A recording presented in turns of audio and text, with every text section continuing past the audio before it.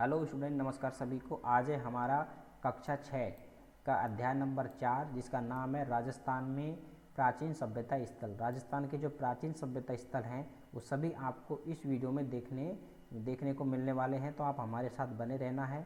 सबसे पहले हम वन लाइनर क्वेश्चंस पढ़ेंगे, उसके बाद ऑब्जेक्टिव क्वेश्चन आपको देखने को मिलेंगे। सभी जो क्वेश्चंस हैं हर एग्जाम में पूछे गए हैं, तो महत्वपूर्ण है। इस चैप्टर का जो निचोड़ है आपको एंड में देखने को मिलेगा, तो आप बने रहे हमारे साथ।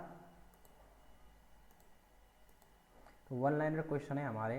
जैसे पहला क्वेश्चन है आपका, राजस्थान में ताम्र सभ्यता के अवशेष कालीबंगा, गणेशर और आहाड़ आदि क्षेत्र से प्राप्त होते हैं। तो आपको याद रखना है, जो राजस्थान में हमें जो ताम्र सभ्यता के जो अवशेष हैं, किस सभ्यता के? ताम्र सभ्यता के जो अवशेष हैं वो हमें मिलते हैं कालीबंगा से, गणेशर सभ्यता से और आहाड़ से।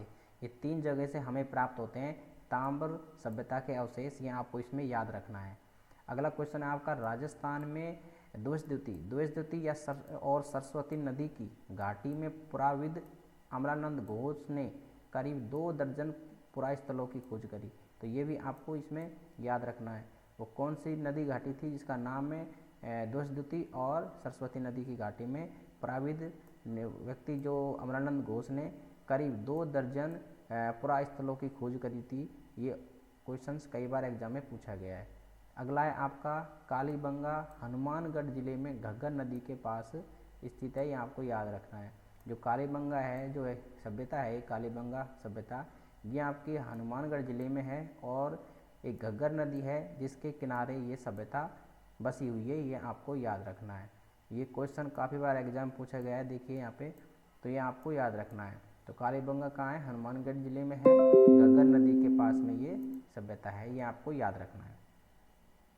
अगला क्वेश्चन है आपका, कालीबंगा की डॉक्टर बीवी लाल और बी के थापर के निर्देशन में यहाँ खुदाई हुई। ये भी आपको याद रखना है। जो कालीबंगा सभ्यता है इसकी जो खुदाई है वो डॉक्टर बीबी लाल और बी के थापर के निर्देशन में इसकी खुदाई की गई। ये आपको याद रखना है। इनका नाम पूछा जाता है कि कालीबंगा सभ्यता की खुदाई किसके निर्देशन में की गई, तो वो व्यक्ति हैं जिनका नाम है डॉक्टर बीबी लाल और बी के थापर। ये आप इसमें आपको याद रखना है। वाकखाता 2022 में क्वेश्चन पूछा गया था ये, ठीक है, ये आपको याद रखना है यहाँ पे। अगला क्वेश्चन है, कालीबंगा में चबूतरे भी मिले जिन पर हमें अग्निकुंड यानी वेदिकाएं बने हुए थे। ये भी आपको याद रखना है कि कौन सी सभ्यता है जिसमें हमें चबूतरे मिले थे और जिन पर अग्निकुंड यानी वेदिकाएं बनी हुई थी। ये क्वेश्चन पूछा जाता है, तो वो है आपकी कालीबंगा सभ्यता। कौन सी सभ्यता है? कालीबंगा सभ्यता। ये आपको यहाँ पर याद रखना है। अगला क्वेश्चन है आपका, कालीबंगा में दूसरे टीले के उत्खनन में एक दुर्ग के अवशेष मिले हैं। ये भी आपको याद, जो टीले थे कालीबंगा सभ्यता में हमें कई प्रकार के टीले मिले, उसमें जो दूसरा जो टीला था उसका जब हमने उत्खनन किया तो उसमें हमें दुर्ग के अवशेष मिले कि यहाँ हमें दुर्ग देखने को मिलते हैं कि यहाँ पहले कभी दुर्ग रहे होंगे, ठीक है। अगला क्वेश्चन है आपका, कालीबंगा की नगर योजना सिंधु सरस्वती सभ्यता की नगर योजना के समरूप दिखाई देती है। ये भी आपको याद रखना है। जो कालीबंगा सभ्यता की जो नगर योजना थी वो सिंधु सरस्वती जो सभ्यता है उसकी नगर योजना के समतुल्य थी, यानी समरूप थी, उसकी जैसी थी। ये आप समझ सकते हो। तो ये क्वेश्चन 7 नंबर। अगला क्वेश्चन है आपका क्वेश्चन नंबर 8, कालीबंगा में नगर की प्राचीर के बाहर जोती हुई कृषि भूमि के साक्ष्य भी मिले हमें। कालीबंगा जो नगर है उसकी जो प्राचीर होती है, दीवार के जो बाहर जो एरिया है उसका, वहाँ पे हमें जोती हुई कृषि भूमि के साक्ष्य मिले कि वहाँ पर कृषि की जाती थी। तो वहाँ खेत ऐसे मिले जो जुते हुए थे, इस तरह के वहाँ पर हमें साक्ष्य देखने को मिलते हैं। कौन से? कालीबंगा नगर की प्राचीर के बाहर। तो ये कालीबंगा सभ्यता याद रखना है आपको, काफ़ी बार एग्जाम में पूछा गया क्वेश्चन है ये, ठीक है। सभी क्वेश्चंस महत्वपूर्ण है, ये कहीं ना कहीं पूछे जाते हैं क्वेश्चन, ये आपको याद रखना है। ये जो हमारी क्लास है, क्लास 6 से 10, इसका ये निचोड़ है सारा, ये आपको याद रखना है, इससे बाहर कुछ नहीं जाएगा। अगला क्वेश्चन है क्वेश्चन नंबर 9, देखिए, उदयपुर के पूर्व में आहाड़ है, ये इसको बेडच बोलते हैं। आहाड़ या बेडच नदी के किनारे 2 टीले दिखाई दिए। ये भी आपको याद रखना है। उदयपुर के जो पूर्व क्षेत्र में हमें आहाड़ या बेडच नदी के पास हमें 2 टीले दिखाई देते हैं। ये आपको ध्यान रखना है, ठीक है। अगला है हमारा, आहाड़ को स्थानीय लोग धूलकोट के नाम से जानते हैं। ये भी आपको याद रखना है। कौन सी सभ्यता है जिसको स्थानीय जो लोग हैं, वहाँ के जो आसपास के लोग हैं, वो धूलकोट के नाम से पुकारते हैं, वो सभ्यता है कौन सी? आहाड़। तो ये भी आपको याद रखना है, आहाड़ या बेडच नदी के किनारे ये आपकी सभ्यता है, जो कि कहाँ है? उदयपुर में है। ये आपको याद रखना है, ठीक है। और इसको धूलकोट के नाम से यहाँ के जो स्थानीय लोग हैं, ये यहाँ पर इसको बोलते हैं, ठीक है। ये याद रखना है आपको। अगला है आपका आहाड़, पहले ताम्रवती यानी ताम्रवती के नाम से भी जानी जाती थी। तो ये भी आपको याद रखना है। आहाड़ को पूर्व में किस नाम से पुकारते थे? ऐसा क्वेश्चन आ जाए तो आपको याद रखना है ताम्रवती या ताम्रवती नदी के, वो ताम्रवती के नाम से इसको जानते थे, ये आपको याद रखना है। देखिए काफ़ी बार एग्जाम में पूछा गया क्वेश्चन से। अगला है आपका यहाँ पर, ऐसा प्रतीत होता है कि तांबे के औजारों के निर्माण का केंद्र होने से आहाड़ का नाम ताम्रवती पड़ा। तो ये कौन सा है आपका भाई साहब? ये भी आपको यहाँ पे याद रखना है। तो ताम्रवती जो नाम पड़ा है, इसका रीजन क्या है? यही है। तो इसका जो ताम्रवती जो नाम पड़ा है वो क्यों पड़ा? क्योंकि यहाँ पर ऐसा प्रतीत लगा इनको कि तांबे के औजारों का निर्माण केंद्र रहा होगा यहाँ पर, इसलिए यहाँ के जो आहाड़ को ताम्रवती नाम दे दिया यहाँ पर, ठीक है। ये आपको याद रखना है। अगला है आपका 10वीं और 11वीं शताब्दी में आहाड़ को अघाटपुर के नाम से भी जाने जाना लगा। तो किस सभ्यता थी जिसको अघाटपुर के नाम से भी हमें उसको जाना? तो वो सभ्यता थी आपकी आहाड़। कब जाना इसको? 10वीं और 11वीं शताब्दी के आसपास हमने आहाड़ को अघाटपुर के नाम से भी इसको लोग जानने लगे। अगला है आपका, आहाड़ में भट्टी नुमा चूल्हा मिला, इससे यह माना जाता है कि यहाँ तांबा पिघलाया जाता था। तो आपको क्वेश्चन आ सकता है कि तांबा पिघलाने वाली भट्टी हमें किस सभ्यता में देखने को मिली? तो वो मिली थी आहाड़ में, जो कहाँ पर है भैया? उदयपुर में, ठीक है। याद रखना है आपको, तांबा पिघलाया जाता था, ऐसी भट्टी हमें जो मिली है, उसका अवशेष मिला है, वो कहाँ मिला था? आहाड़ में, ठीक है। एक भट्टी नुमा चूल्हा था जहाँ क्या होता था? तांबा पिघलाया जाता था। ये आपको याद रखना है। देखो अभियंता 2016 में प्रश्न पूछा गया था, आरएस 2021 में भी ये प्रश्न पूछा गया है। अगला क्वेश्चन है आपका, आहाड़ में मिले लाल भूरे मृदभांड हाथ की सफाई और अलंकरण की दृष्टि से उत्कृष्ट थे। ये भी आपको याद रखना है। आहाड़ में जो मृदभांड कैसे थे? लाल और भूरे मृदभांड मिले, जो कैसे? हाथ की सफाई तथा अलंकरण की दृष्टि से उत्कृष्ट रहे। तो ये आपको याद रखना है, ठीक है ना। लाल और भूरे मृदभांड हमें आहाड़ संस्कृति में देखने को मिलते हैं। अगला क्वेश्चन है आपका यहाँ पर क्वेश्चन नंबर 16। देखिए, उदयपुर जिले के वल्लभनगर तहसील के बालाथल में मिली सभ्यता ताम्र पाषाणकालीन आहाड़ संस्कृति से संबंधित है। ये आपको याद रखना है। उदयपुर जिले में हमें एक जो वल्लभनगर तहसील है, उसके बालाथल में मिली जो सभ्यता है, वो ताम्र पाषाणकालीन आहाड़ संस्कृति से संबंधित रही। ये आपको याद रखना है। अगला है आपका, बालाथल में 11 कमरों के एक बड़े भवन एवं दुर्ग जैसे चिन्ह प्राप्त हुए। कहाँ पर? बालाथल में। बालाथल में हमें 11 कमरों के एक बड़े भवन मिले और दुर्ग जैसे चिन्ह भी हमें यहाँ प्राप्त हुए थे बालाथल संस्कृति से। जो बालाथल सभ्यता है, वहाँ से हमें ये प्राप्त होते हैं 11 कमरों के बड़े बड़े भवन और दुर्ग जैसे चिन्ह भी हमें यहाँ देखने को मिलते हैं बालाथल से, ठीक है। ये आपको याद रखना है। वैसे बालाथल, वैसे बड़े बड़े भवन 11 कमरों के, ठीक है। ये कहाँ से मिलते हैं? बालाथल से मिलते हैं, ठीक है। ये याद रखना है। कनिष्क अभियंता 2016-2019 में पूछा गया क्वेश्चन है। अगला क्वेश्चन देखो, अगला क्वेश्चन है, नीम का थाना सीकर में गणेशर से एक विशिष्ट सांस्कृतिक अवशेष हमें मिले। ये कहाँ मिले हमें? नीम का थाना सीकर में। तो नीम का थाना सीकर में हमें प्राप्त होते हैं गणेश्वर सभ्यता के। कौन से? गणेश्वर जो संस्कृति सभ्यता है, यहाँ के अवशेष हमें देखने को मिलते हैं कहाँ पर? नीम का थाना सीकर में। देखो काफ़ी बार एग्जाम में पूछा गया क्वेश्चन है ये। तो नीम का थाना सीकर से हमें मिलते हैं गणेश्वर सभ्यता के संस्कृति के अवशेष। कहाँ मिलते हैं? नीम का थाना सीकर में, ठीक है। अगला क्वेश्चन देखो 19 नंबर, गणेश्वर को ताम्र संचयी संस्कृति कहा जाता है। तो ताम्र संचयी संस्कृति किस सभ्यता को बोलते हैं? तो ये बोलते हैं भाई साहब गणेश्वर सभ्यता को। ये भी आपको याद रखना है। ताम्र संचयी संस्कृति किसको बोला गया? गणेश्वर सभ्यता को। यह संस्कृति पूर्वी राजस्थान एवं गंगा घाटी के क्षेत्र से पल्वित हुई। तो ये भी आपको याद रखना है। ये जो सभ्यता है, ये राजस्थान के पूर्वी क्षेत्र और गंगा घाटी के क्षेत्र से ये पल्वित हुई है। कौन सी सभ्यता? गणेश्वर सभ्यता, जो कहाँ पे है भैया? नीम का थाना सीकर में है, ठीक है ना।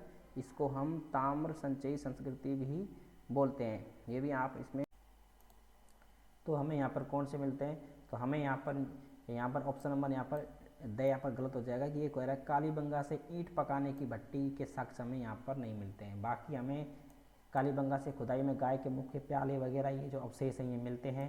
कालीबंगा खुदाई में हमें कांच के दर्पण वगैरह भी हमें मिलते हैं। कालीबंगा से खुदाई में मिट्टी के बर्तन, कांच की मणियाँ, खिलौने ये भी हमें मिलते हैं। तो ये सभी चीज़ें हमें यहाँ पर देखने को मिलती हैं। अगला क्वेश्चन है क्वेश्चन नंबर आपका 20। देखिए 20, निम्न में से कालांतर में नदियों का पानी सूखने और मरुस्थल के बढ़ने से जो समृद्ध बस्ती उजड़ गई वह है कौन सी। तो ये है आपकी कालीबंगा। तो कालीबंगा को इसलिए मानते हैं कि कालांतर में नदियों का पानी सूखना और मरुस्थल के बढ़ने से जो समृद्ध जो बस्ती थी ये कालीबंगा ये उजड़ गई, ऐसा माना जाता है। ठीक है। अगला क्वेश्चन है आहार सभ्यता किस नदी के किनारे विकसित है। तो कौन सी नदी के किनारे आहार सभ्यता, तो वो नदी है आपकी यहाँ पर आहार या बेड़च नदी से बोलते हैं। ठीक है ना। इस बेड़च नदी के पास ही आपकी आहार सभ्यता यहाँ पर विकसित हुई है। अगला है आपका यहाँ पर आहार सभ्यता स्थल किस जिले में, जिला पूछा जाए तो वो कौन सा है आपका उदयपुर है। तो उदयपुर जिले के आहार या बेड़च नदी के तट पर आपकी आहार सभ्यता यहाँ पर विकसित हुई थी, ये आपको याद रखना है। अगला है आपका आहार सभ्यता को स्थानीय लोग किस नाम से जानते थे। अभी हमने पढ़ा था ऑनलाइनर में, जो आहार जो सभ्यता है इसको यहाँ के जो स्थानीय लोग थे वो ये जानते थे धूलकोट के नाम से। किस नाम से, धूलकोट के नाम से। अगला है आपका यहाँ पर ताम्रवती, ताम्रवती नगरी के नाम से किस सभ्यता को जाना जाता, तो ये है आपकी आहार सभ्यता। तो इस आहार सभ्यता को ही ताम्रवती या ताम्रवती नगरी के नाम से भी जाना जाता था, ये आपको याद रखना है। ताम्रवती या ताम्रवती नगरी के नाम से आहार सभ्यता को ही जाना जाता था। क्यों, क्योंकि यहाँ तांबे के औजारों का केंद्र हुआ करता था, इसी वजह से। ठीक है। अगला क्वेश्चन है आपका यहाँ पर क्वेश्चन नंबर 25, किस सभ्यता में से एक मकान में 4-6 चूल्हे हमें देखने को मिले जो संयुक्त परिवार या सामूहिक भोजन विधि को इंगित करता है। जहाँ पर हमें एक मकान में 4-5 चूल्हे हमें देखने को मिलते हैं तो हमें लगता है कि यहाँ भोजन सामूहिक रूप से होता होगा, यानी एक संयुक्त परिवार यहाँ पर देखने को मिला। यानी यहाँ पर ऐसा होता होगा कि यहाँ सभी जो लोग हैं सभी परिवार मिलजुल कर रहते होंगे। ठीक है ना।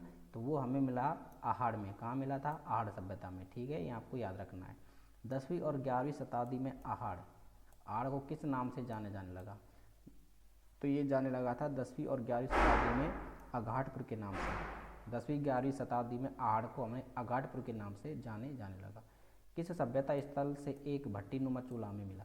जो भट्टीनुमा चूल्हा हमें मिला जिसमें ये माना जाता है कि यहाँ तांबा पिघलाया जाता था। तो तांबा पिघलाने का काम किस सभ्यता में होता था, तो वो यहाँ पर होता था आहार में। आहार जो सभ्यता है, ठीक है ना, तो क्योंकि ताम्र नगरी रही तो यहाँ तांबा पिघलाया जाता था, तो यहीं पर हमें भट्टीनुमा चूल्हा मिला आहार में ही। ठीक है। अगला है आपका आहार सभ्यता से संबंधित सही कथन हमें यहाँ पर देखना है। यहाँ के मकानों की दीवारें पत्थर व मिट्टी से बनी हुई थी। यहाँ के मकानों की छतें बांस व कैलू से बनी हुई थी। यहाँ उच्च कोटि के चावल उत्पादित होते थे। उपरोक्त में से सभी, तो सभी कथन यहाँ पर क्या है, सही है। ठीक है, ये आपको याद रखना है। अगला है किस सभ्यता स्थल से लाल भूरे रंग के हमें अलंकृत मृदभांड मिले। हमने वन लाइनर पढ़ा था ये, तो किस सभ्यता से हमें मिलते हैं, तो ये आहार सभ्यता से मिलते हैं। ये आपको याद रखना है। आहार सभ्यता से हमें लाल और भूरे रंग के, कौन से, लाल और भूरे रंग के जो हमें मृदभांड मिलते हैं अलंकृत, ये मिलते हैं आपको आहार सभ्यता से। अगला है आपका आहार संस्कृति के लोग निम्नलिखित में से किस धातु से परिचित नहीं थे। आहार जो संस्कृति के लोग थे यहाँ के मूल निवासी, वो आपके यहाँ पर चांदी से परिचित नहीं थे। वो चांदी के बारे में नहीं जानते थे। बाकी लोहा, टिन और तांबे के नाम से वो परिचित थे, लेकिन चांदी के नाम से वो परिचित नहीं थे। ये आपको ध्यान रखना है। अगला क्वेश्चन आपका बनास संस्कृति निम्न में से किस स्थल से संबंधित है। जो बनास जो संस्कृति है, बनास संस्कृति, ये आपकी यहाँ पर आहार संस्कृति से संबंधित है।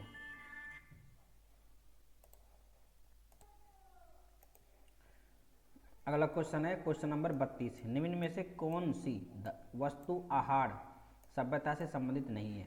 तो लाल भूरे मृदभांड, चित्रित घूसर मृदभांड, चावल, ताम्र वस्तुएं। तो हमें यहाँ से चित्र घूसर मृदभांड नहीं मिले, बाकी आपको लाल भूरे मृदभांड भी मिले थे, चावल भी प्राप्त हुए, ताम्र वस्तुएं भी हमें यहाँ पर प्राप्त हुई। ये हमें देखने को नहीं मिलता है, इसके अवशेष हमें नहीं मिलते हैं। तो ऑप्शन नंबर बी आपका कैसा हो जाएगा, यहाँ पर इससे संबंधित नहीं है, गलत हो जाएगा। अगला क्वेश्चन है आपका आहार सभ्यता के संबंध में निम्नलिखित में से कौन सा कथन यहाँ पर असत्य है, ये पूछा गया है। देखो, आहड़ के बारे में धूलकोट के 1951-52 में युग में इस समय उत्खनन में तस्तरियाँ, दीपक व धूपदानियाँ हमें प्राप्त हुई। यहाँ से उत्खनन में कटोरियाँ, मटके, कलश, चूड़ियाँ, खिलौने प्राप्त हुए। यहाँ से उत्खनन में चित्रित घूसर, मृदभांड से साक्ष्य मिले। ठीक है ना, तो यही ऑप्शन यहाँ पर आपका गलत हो जाएगा, ये नहीं मिले। बाकी आपके यहाँ से उत्खनन में 26 किस्म की मणियाँ, 6 तांबे की मुद्राएं, 3 मोहरें प्राप्त हुई। ठीक है ना, ऑप्शन नंबर यहाँ पर से यहाँ पर गलत है। प्राकृतिक प्रकोप से विध्वंस हुई आहड़ सभ्यता के लोगों ने उत्तर पूर्वी तथा दक्षिण पूर्वी की कौन सी स्थान बसाए? तो ये बसाए थे उन्होंने गिलुंड और भगवानपुरा। जब ये आहड़ सभ्यता है आपकी, जो उत्तर पूर्व और दक्षिण पूर्व की और इन्होंने स्थान बसा लिए, जब ये प्राकृतिक प्रकोप से ये विध्वंस हो गई, नष्ट हो गई, तो गिलुंड और भगवानपुरा जैसे स्थान इन्होंने बसाए यहाँ के लोगों ने। अगला क्वेश्चन है आपका, बालाथल सभ्यता के किस क्षेत्र में, किस जिले में स्थित है? तो बालाथल सभ्यता है वो आपकी है आप यहाँ पर उदयपुर जिले में। कौन सी में भैया? उदयपुर जिले में। बालाथल सभ्यता है ये आपकी उदयपुर जिले में है। ठीक है, ये आपको याद रखना है। और उदयपुर जिले के भी एक तहसील है, जिस तहसील का नाम है बल्लभनगर तहसील, ये आपको याद रखना है। बल्लभनगर तहसील में है यहाँ पर बालाथल सभ्यता यहाँ पर आपकी विकसित हुई। अगला क्वेश्चन है आपका यहाँ पर क्वेश्चन नंबर 36, बालाथल सभ्यता किस ताम्रपाषाणी सभ्यता से संबंधित है? तो ये आपकी ऑप्शन नंबर ए आहड़ से। जो बालाथल सभ्यता है ये आपकी आहड़ से संबंधित है, ये आपको याद रखना है। जो ताम्रपाषाण कालीन सभ्यता इससे संबंधित रही आहड़ से। ठीक है ना, बालाथल सभ्यता ये आपको यहाँ पर याद रखना है। अगला है आपका, निम्नलिखित में से किस सभ्यता स्थल से 11 कमरों के एक बड़े भवन एवं दुर्ग जैसे चिन्ह प्राप्त होते हैं? तो वो होते हैं आपका यहाँ पर बालाथल सभ्यता से। कहाँ से? बालाथल से। तो बालाथल से आपके 11 कमरों के एक बड़े भवन व दुर्ग जैसे चिन्ह यहाँ से प्राप्त होते हैं। अगला है, निम्नलिखित में से किस स्थान का कौन सा स्थल ताम्रपाषाण कालीन से संबंधित है? तो ये है आपका यहाँ पर बालाथल। जो बालाथल स्थल है ये आपका यहाँ पर ताम्रपाषाण काल से संबंधित रहा है, बालाथल सभ्यता। अगली है आपकी, बालाथल सभ्यता के विषय में सत्य कथन हमें यहाँ देखना है। तो ये हो जाएगा आपका, सभी कथन यहाँ पर सत्य हैं। यहाँ के जो तांबे के चाकू, कुल्हाड़ी, छेनी, बाण से जैसे उपकरण यहाँ पे मिले हमें। यहाँ से कर्ण, फूल, गले के हार, लटकन आदि आभूषण हमें यहाँ मिले। यहाँ लोह गलाने की भट्टी भी हमें देखने को मिलती है। कहाँ पर? बालाथल में। तो बालाथल में लोह गलाने की भट्टी हमें यहाँ पर देखने को मिलती है। और आहड़ में कौन सी थी? ताम्र गलाने की भट्टी। ये आपको ध्यान रखना है। बालाथल सभ्यता के स्थल के लोगों की आजीविका का साधन यहाँ पर रहा था। यहाँ पर पशुपालन था, कृषि थी, शिक्षा था। तो सभी प्रकार के जो साधन रहे यहाँ के आजीविका के साधन रहे थे बालाथल सभ्यता के। अगला है आपका, बैराट के अतिरिक्त ऐसा कौन सा स्थल जहाँ पर भुना हुआ वस्त्र यहाँ पर हमें प्राप्त होता है? तो ये होता है आपका बालाथल से। बैराठ में तो बुने हुए वस्त्र हमें मिले ही थे, वहाँ पर हाथों से बनाए हुए वस्त्र, लेकिन उसके अलावा बालाथल से भी हमें ऐसे प्राप्त होते हैं।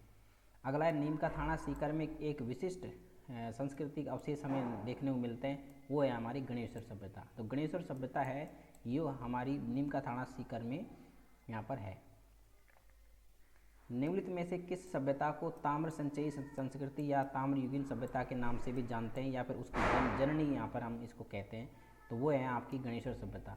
तो जो गणेश्वर सभ्यता है ये ताम्रयुगीन सभ्यता की जननी इसको हम बोलते हैं। ठीक है ना, कौन सी? गणेश्वर सभ्यता को। इसको हम ताम्र संचयी संस्कृति कह सकते हैं।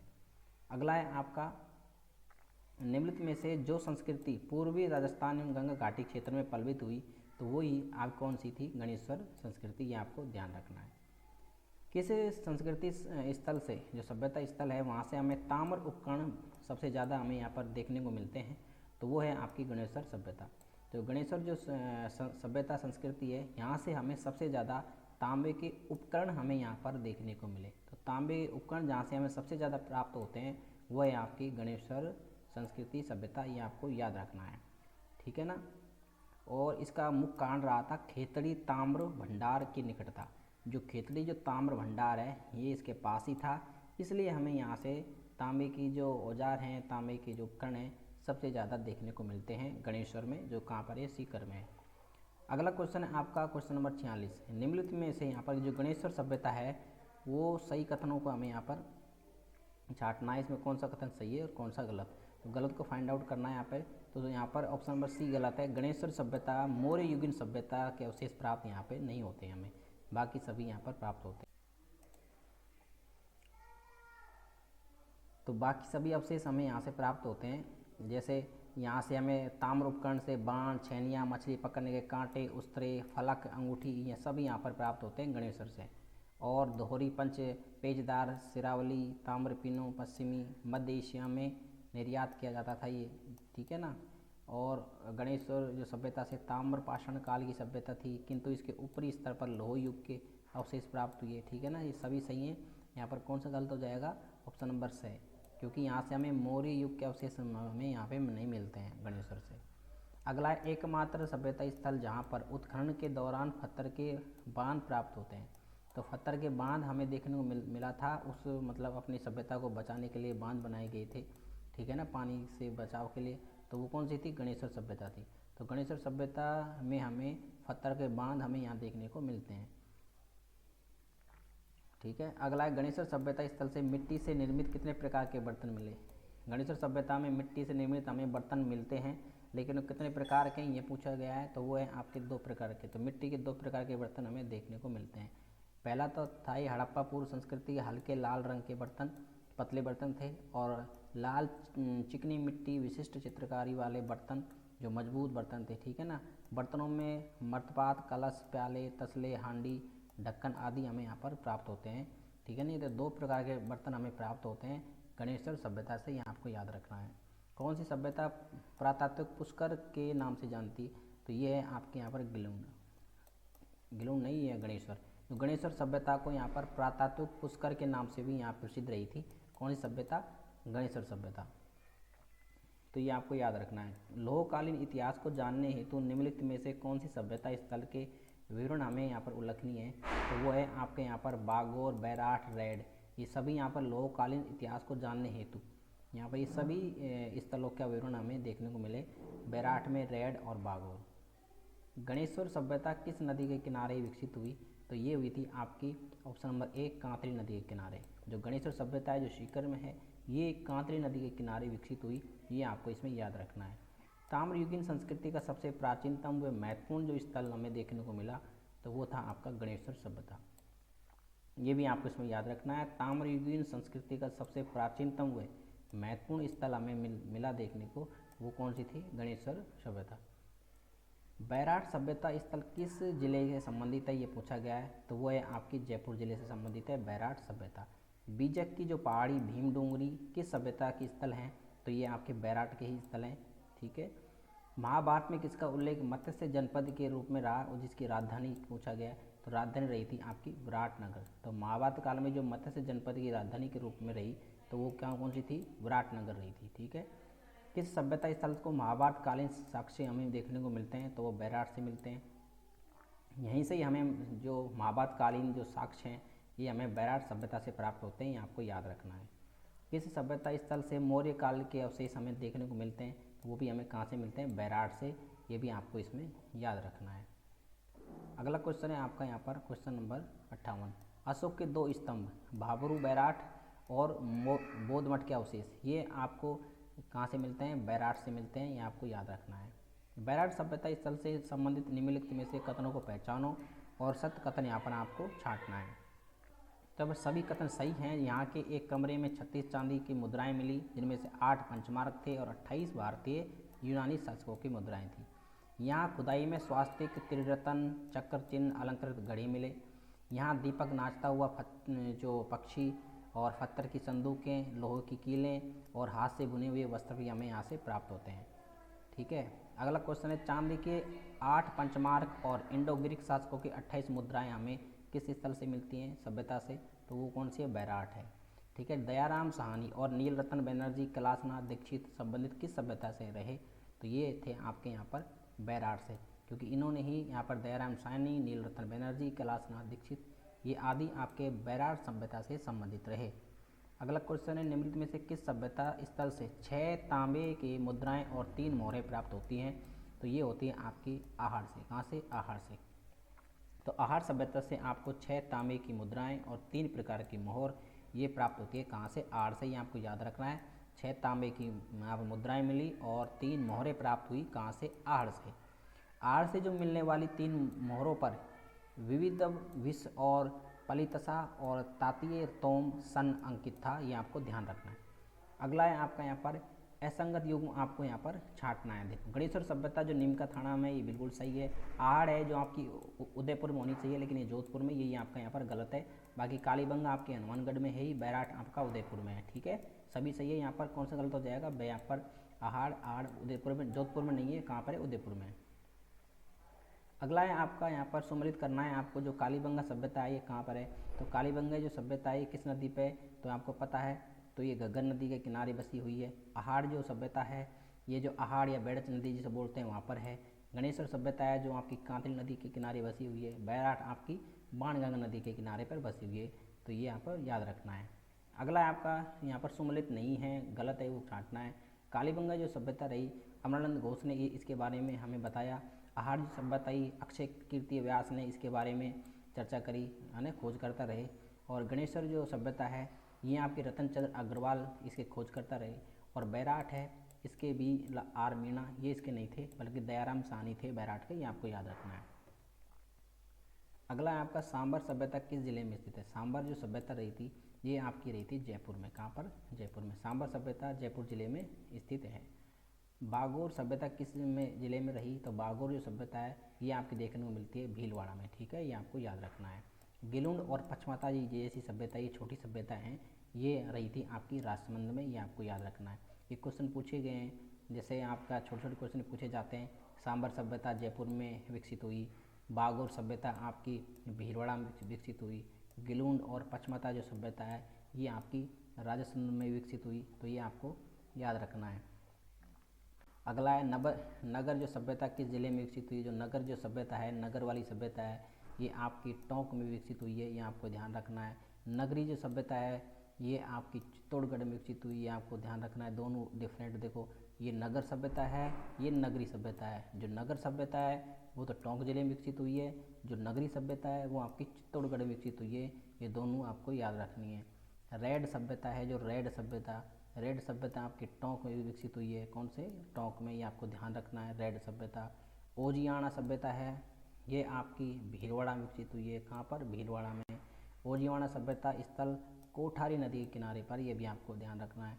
तो ओजियाना सभ्यता कहाँ है? भीलवाड़ा। कहाँ पर है? भीलवाड़ा। किस नदी के किनारे? तो ये कोठारी नदी के किनारे, ये भी आपको याद रखना है। नोहो सभ्यता किस जिले में? तो नोहो सभ्यता आपकी कहाँ पर रही? भरतपुर में रही। भीनमाला सभ्यता, भीनमाला जो सभ्यता है ये कहाँ पर पली? ये आपके यहाँ पे जालौर में। कहाँ पे? जालौर में। तो भीनमाला सभ्यता जालौर में रही, ये आपको याद रखना है। एक है दीनहीन बस्ती निर्धन सभ्यता, ये आपकी कहाँ पर विकसित हुई? ये होती कालीबंगा में। कहाँ पे भैया? कालीबंगा में। तो दीनहीन निर्धन बस्ती सभ्यता कहाँ पर हुई? कालीबंगा में हुई, ये आपको याद रखना है। तो ये थे महत्वपूर्ण क्वेश्चन आपके चौथे चैप्टर से। हमारी सभ्यता के सभी सभ्यता हमने यहाँ पर पढ़ ली हैं, महत्वपूर्ण क्वेश्चन हमने यहाँ पर कवर करे हैं। अगला जो चैप्टर होगा हमारा वो होगा आज़ादी से पूर्व जो हमारी सरकार है उसका स्वरूप कैसा था, ये हम यहाँ पर पढ़ेंगे। तो आप बने रहें हमारे साथ, अगले चैप्टर के लिए तैयार रहें। धन्यवाद सभी का, आपका दिन शुभ रहे।